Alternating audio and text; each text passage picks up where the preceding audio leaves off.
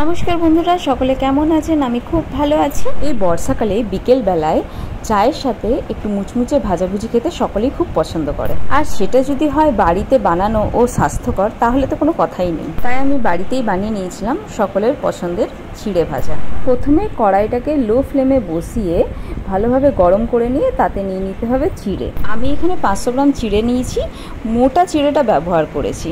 আপনারা চাইলে পাতলা চিড়েটাও ব্যবহার করতে পারেন, ওটাতেও ভালো হবে, কিন্তু আমার মনে হয় মোটা চিড়েটাতে বেশি ভালো হয়, শুধু এটাতে একটু সময়টা বেশি লাগে। বেশ কিছুক্ষণ লো ফ্লেমে চিড়েগুলো ভাজার পর দেখবেন ওগুলো গুটিয়ে ছোট হয়ে গেছে।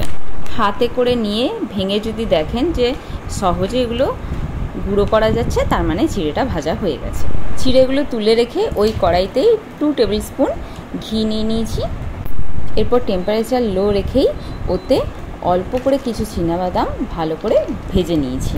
আপনারা চাইলে বাদামটা শুকনো খোলাতেও শুকনো কড়াইয়েও ভাজতে পারেন, সুন্দর ভাজা যাবে, কিন্তু আমি অল্প ঘি দিয়ে ভেজেছি, কারণ এরপরে কিশমিশ আর কারি পাতার জন্য ঘিটা লাগতোই, আর ঘিটা দিলে একটা ভালো গন্ধও আসে আর টেস্টও ভালো হয়।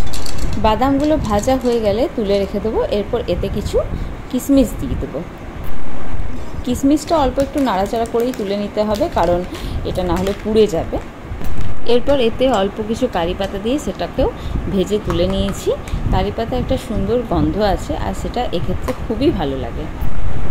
সবগুলো ভাজা হয়ে যাওয়ার পর একসাথেই তুলে রেখে দিয়েছি।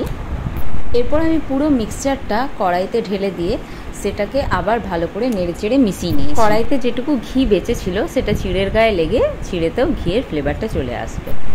এরপর এতে আমি অল্প পরিমাণে বিট নুন দিয়ে দিয়েছিলাম, আর তার সাথে দিয়ে দিয়েছিলাম অল্প পরিমাণে স্বাদ অনুযায়ী চিনি।